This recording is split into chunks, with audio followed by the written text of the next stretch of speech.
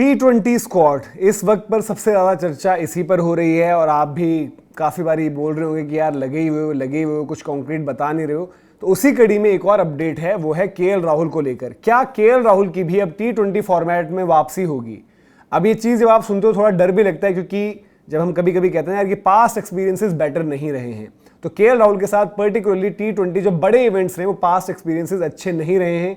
लेकिन अभी जब केएल की रिटर्न की बात हो रही है तो as a wicket keeper batter, तो उनका कोट भी लगातार वायरल हो रहा है। जो उन्होंने इंग्लैंड सीरीज के दौरान एक इंटरव्यू उनका बहुत ज़्यादा वायरल हुआ, नासिर हुसैन के साथ बातचीत करते उन्होंने वहाँ पर अपनी बात रखी थी और उनसे जब पूछा गया कि क्या T20 वर्ल्ड कप भी आपके माइंड में है, तो उन्होंने बोला कि डेफिनेटली वो चीज़ माइंड में है, लेकिन करेंटली वो जो क्या है अभी अपनी क्रिकेट जो चल रही है उसको इंजॉय कर रहे हैं और जो जिस तरीके से चीज़ें चल रही हैं वो वैसे देख रहे हैं। बाकी उन्होंने ये भी कहा था कि किरदार जो है मैं कभी भी ऐसा नहीं रहा हूँ कि मैं एक स्पेशलाइजेशन चाहूँ वहाँ पर कि एज एन ओपनर या फिर मिडिल ऑर्डर या विकेट कीपर बैटर, तो जो टीम की रिक्वायरमेंट होगी मैं उस तरीके से खेलता हूँ और शायद यही चीज़ उनके पक्ष पर चले जाए।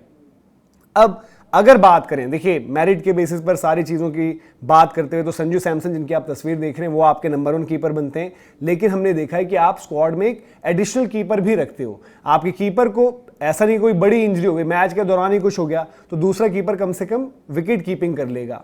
तो केएल राहुल वहां पर भी हैंड होंगे। हाँ, ये चीज़ आप कह सकते हो यार कि केएल को ले जाओगे और रिजर्व में रखोगे, बट अभी शायद सिचुएशन पहले वही बन रही है।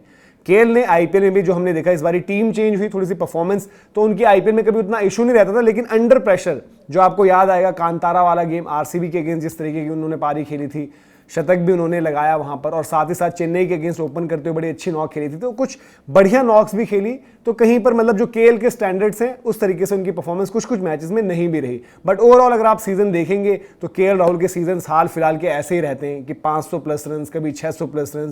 स्ट्राइक रेट वाला मैटर भी जो है इनका मतलब इसी के आसपास रहता है अगर ओवरऑल स्ट्राइक रेट आप सीजन का देखें। बट इससे पहले जो पंजाब में हुआ, लखनऊ में हुआ, स्ट्राइक रेट पर सवाल होता था और वही चीज इंडिया की कड़ी में भी प्रॉब्लम बन जाती थी जब वो ओपन करते थे। लेकिन अब जो केएल के पक्ष में जाएगी चीज, जैसे मैंने बोला कि एक तो चॉइस आपके होगी स्टार्ट के लिए संजू सैमसन। अगर केएल को आप पिक करते हो अपने रिजर्व्स में तो केएल फिल इन कर सकते हैं एज अ रिजर्व ओपनर भी, रिजर्व मिडिल ऑर्डर बैटर भी और आपके रिजर्व कीपर भी। तो आपको कहीं ना कहीं जो 11 के बाहर आप अपनी रिप्लेसमेंट्स के तौर पर अपना 15 का स्क्वाड पिक करते हो तो वहां 2 बंदों की जगह 1 बंदा पिक करना है। अगर आप बाकी विकेट कीपिंग ऑप्शंस की आज बात करते हो, अगर सारे एक्सप्लोर कर लो तो जो पहले लास्ट सीरीज में आपके हिस्सा रहे थे ध्रुव जुरेल, उनकी परफॉर्मेंस अभी उतनी ज़्यादा खास है नहीं। ईशान किशन जिन्होंने पहले खेला उनके लिए भी आईपीएल उतना बेहतर नहीं गया। फिर एक जितेश के नाम की चर्चा चल रही है।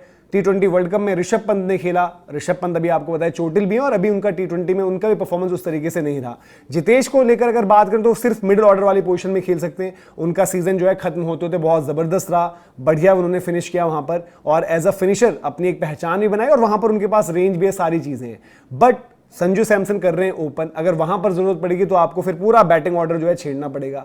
बट केएल राहुल के होने से वो आपको चीज उतनी नहीं छेड़नी पड़ेगी। हाँ, सवाल जरूर रहेगा केएल जब आएंगे तो किस अंदाज में खेलते हैं, क्या कुछ रहता है। लेकिन अभी जो है जो उनका बयान भी आया था वो भी बड़ा चर्चा में, उसकी भी बात हो रही है और वहां पर ऑब्वियसली मतलब कोई भी खिलाड़ी जो है केएल ने जिस तरीके से वनडे में अपने आप को साबित किया, चैंपियंस ट्रॉफी कैंपेन में, टेस्ट क्रिकेट में जिस तरीके से किया, तो मैनेजमेंट की भी बैकिंग उनके साथ हमेशा रही है। वो चाहे विराट कोहली के वक्त में हो, चाहे रोहित शर्मा के वक्त में हो और चाहे अभी जब हम कह रहे हैं कि भाई गौतम गंभीर आ गए हैं, शुभमन गिल नए कप्तान है, T20 में सूर्य कुमार यादव होंगे, तो बैकिंग उनके पास वहां पर भी है और बैकिंग को जो है बैक करने के लिए लॉजिक भी है कि open keeper, middle order roles fill in कर सकते हैं, सारी चीजें, तो वो सब चीजें उनके पक्ष में जा रही हैं।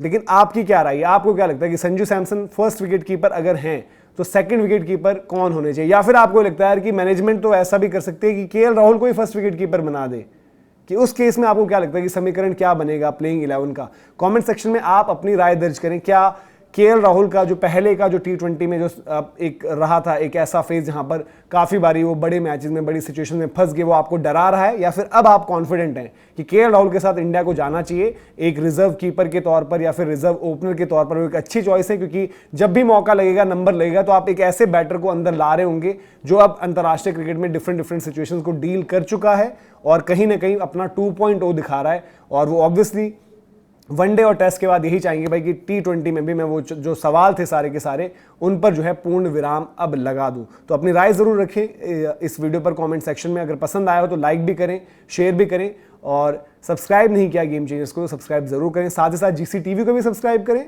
और गेम चेंजर्स व्लॉग्स को भी सब्सक्राइब करें, वहां पर भी आपके लिए कंटेंट लगातार आ रहा है। अभी के लिए इजाजत, जय हिंद, जय भारत।